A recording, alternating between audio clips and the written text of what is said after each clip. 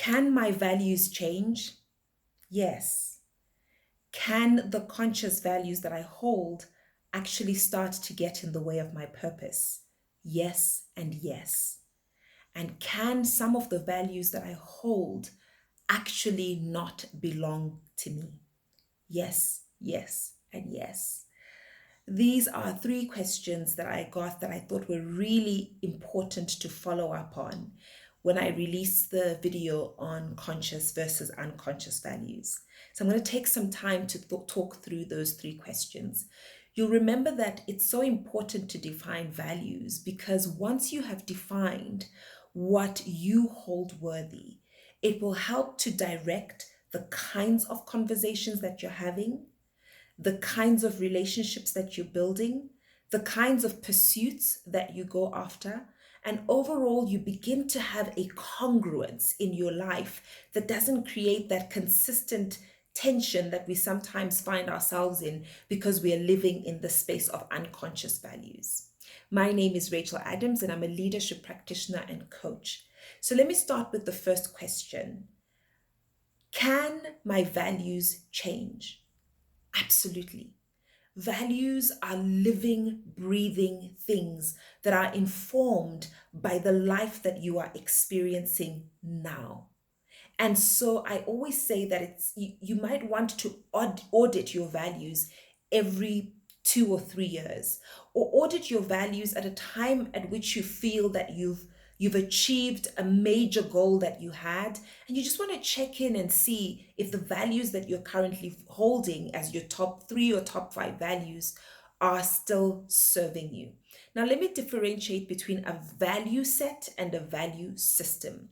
The value system are the foundational values that you hold that may remain constant in your life. So those may be family, loyalty, integrity, relationships, achievement. So perhaps those may be foundational values, which we call your value system, that you can hold over a long period of time, in fact, over a lifetime. A value set is what we are talking about now, which is you determine that you want to define what the top 3 values are going to be for the current season that you're in. So, absolutely, yes, your values can metamorphosize.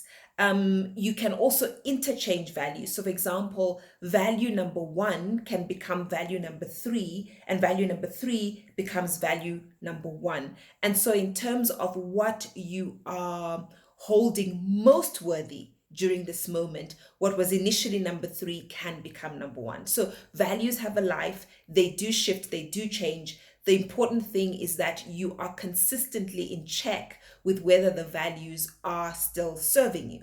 And that leads me to point number 2. Can conscious values, not unconscious values, conscious values actually start to get in the way of my purpose? And the answer is absolutely yes.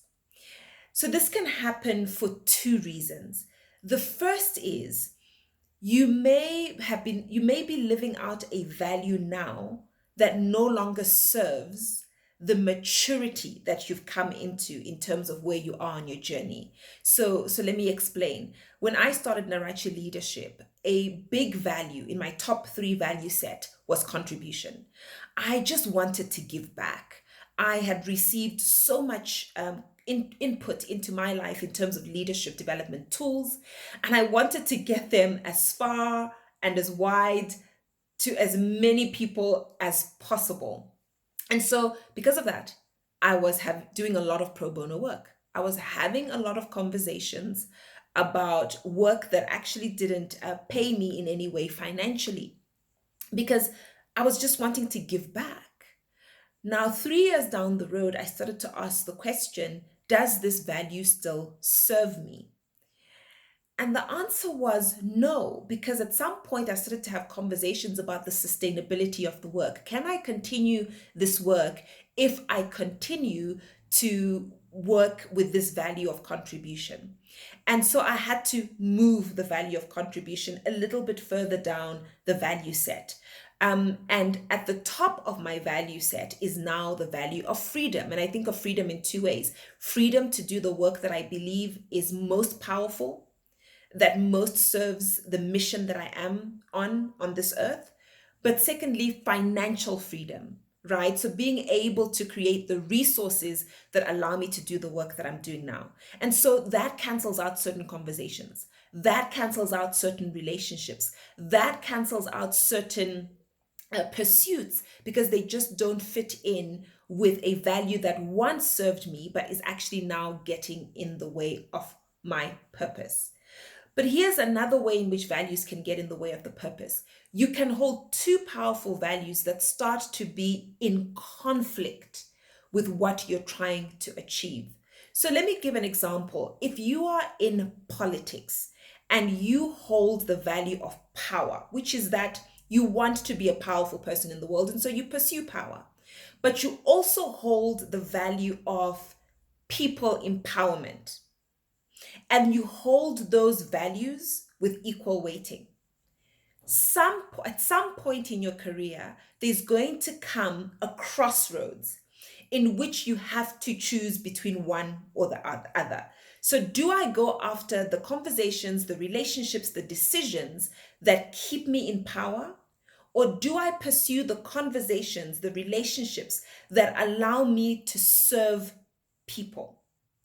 Then you're going to find yourself in a dilemma.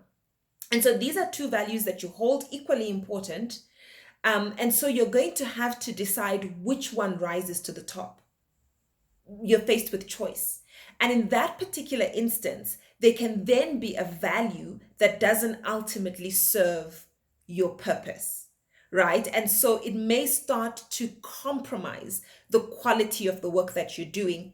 If, for example, you choose power over people empowerment. Now, of course, choice is yours. It is individual to you, and you can do whatever you want with your choice. But I ultimately believe that our values should also serve community. And so there's a point at which pursuing power, for example, if you're trying to get in the seat of the presidency because you actually have a mission to ultimately serve, is a value that is helpful. But there's a time at which, when you're now playing politics, when you're trying to win for the sake of winning, that there starts to be a misalignment between the value that you hold and the purpose, that the ultimate purpose that you actually have in your life. And then the third question was, can I actually hold values or things that I call values that actually do not belong to me personally? Absolutely. John DeMartini makes the differentiation between social idealisms and values. Social idealisms are the things that our society tells us are important. So these are things, for example, around what kind of a degree should you hold because it's prestigious in society? At what age should you get married? What kind of lifestyle should you lead? These are social idealisms. They're crafted by our parents, by our education, by the communities from which we come, and even by global values that we see on television, that we read on in newspapers, in journals, etc., that inform the way in which we think. These are fundamentally different from values because, as I've said before, values are what you hold worthy. They're the things that you define for yourself because they speak to where you're trying to go in your life. Now, this becomes the difference between what we call reactive leaders versus creative leaders. Reactive leaders are people who are stuck on the things that society has told them they should be doing.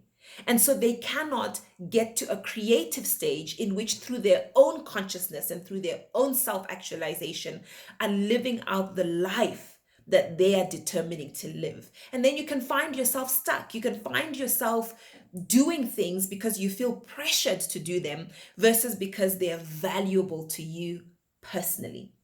So I hope that makes clear the subtle differentiations between what values are mine and what values are society's.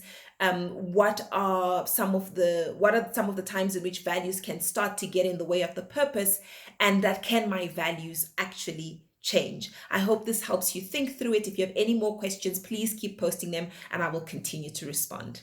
Thank you.